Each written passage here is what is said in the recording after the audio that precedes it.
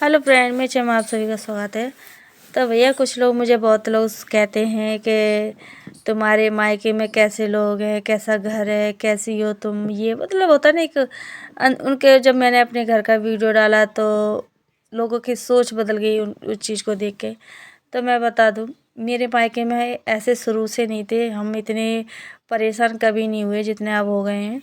इसके पीछे भी ना बहुत बड़ी कहानी है।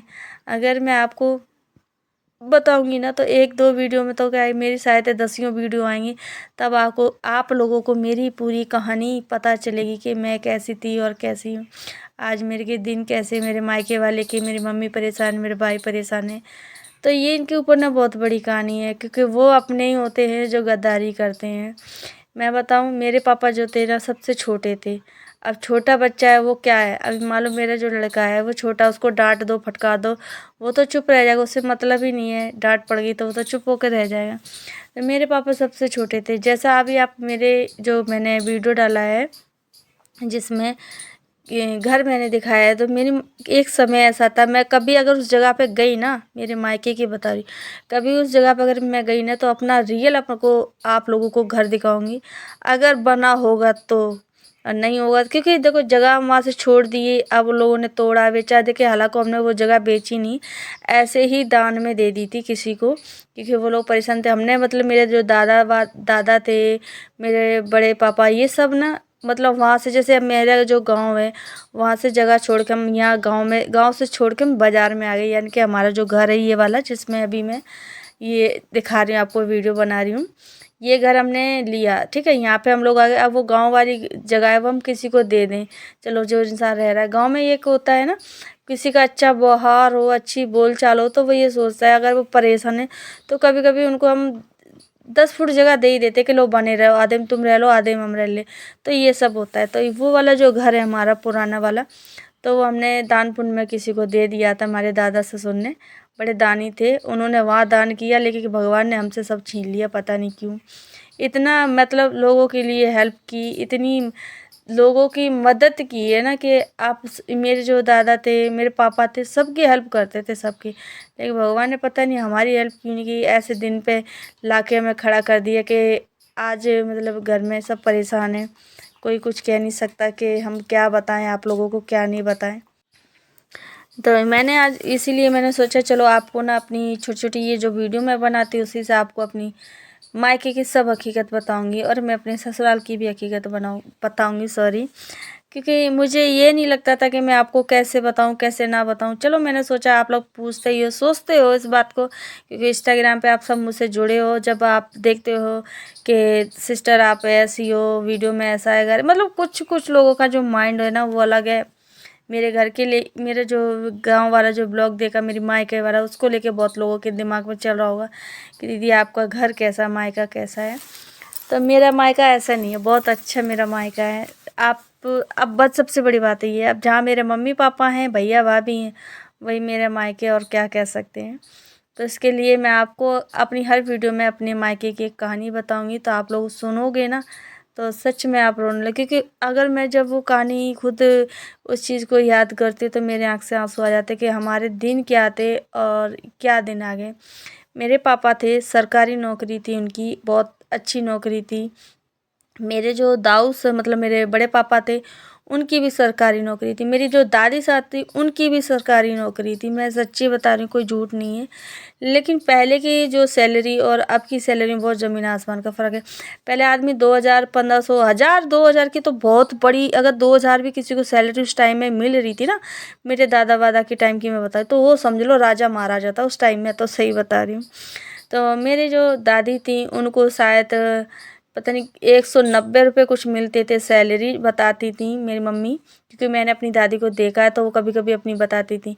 तो मेरी दादी मतलब रिटायर नहीं हो पाई थी, उससे पहले ही वो उन्होंने मेरे दाऊ मतलब बड़े पापा को वो नौकरी दे दी। तो बड़े पापा भी बहुत ज़्यादा ड्रिंक करते थे, पर वो नौकरी पहुंच गई मेरी बड़ी मम्मी के पास। क्योंकि मेरी दादी सास को दिखना कम हो गया था तो वो नहीं कर पाती थी, तो उन्होंने मेरे बड़े पापा को दिया, बड़े पापा से बड़ी मम्मी को पहुंच गई वो नौकरी। फिर उसके बाद भैया मेरे पापा की लगी नौकरी सरकारी, तो भिंड मुरैना नहीं सुना होगा, एमपी में पड़ता है हमारा भिंड।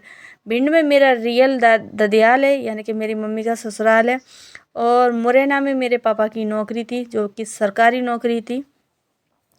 तो वहाँ पे हम मतलब मेरे मम्मी पापा वहीं चले गए, तो हम सब लोग वहीं चले गए उनके साथ नौकरी पे ही, वहीं रहते थे, खाते पीते पढ़ते लिखते वहीं हमारा जीवन। जितने मैं शायद 10 साल की हो गई थी जहाँ मेरे पापा नौकरी करते थे, शायद मुझे याद नहीं ढंग से, लेकिन शायद मैं बता रही हूँ।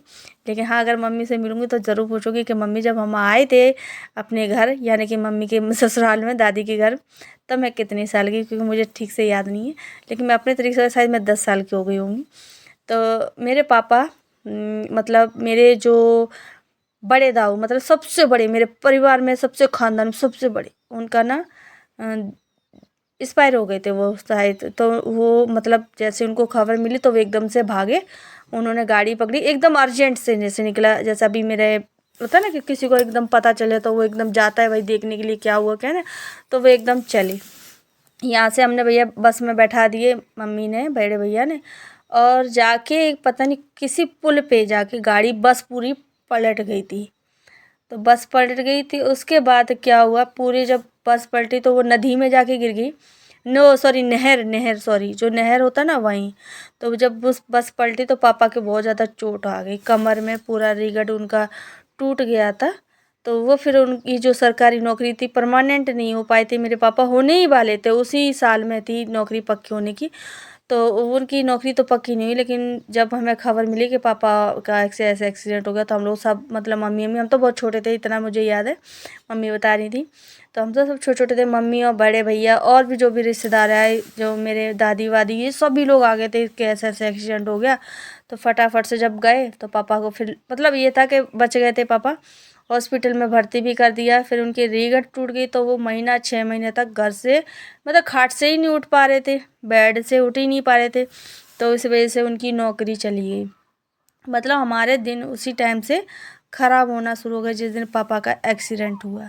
मैं सच्ची बता रही हूँ, ये कहानी मैं आपको बता रही हूँ ना, अंदर से बहुत रोना आ रहा है, क्योंकि हिम्मत नहीं है, मैं कभी भी किसी को अपनी कहानी बता नहीं पाती हूँ। रियल में भी अगर मैं आपको कभी पूछोगे ना तो मैं मेरे आँख से आंसू आ जाते हैं। मैं कभी उन चीज़ों को महसूस भी करती हूँ, याद भी करती हूँ, तो सोचते यार साला वो दिन क्या थे हमारे पापा के, और फिर पता नहीं कैसा ये कलयुग आया, कैसा हादसा हमारे पापा के साथ हो गया।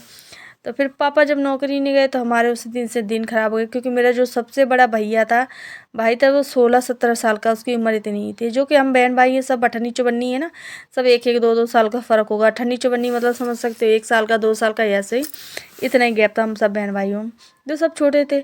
तो मम्मी भी क्या करती, मम्मी मतलब ये होता ना कि बहू कहीं नहीं जा सकती घर से, पहले ज़माने में घर से बहुएँ नहीं निकलती थी जो भी, तो मम्मी कहीं नहीं जाती थी, बस मेरा भाई था। अब जैसे का जो ऐसा कुछ होता था, मजदूरी वजदूरी, उसी से हमारा खाना पीना चलता था। तो वो दिन हमने देखे हैं, कभी खाना हमारे लिए है कभी नहीं है, ऐसे दिन भी देखे हमने।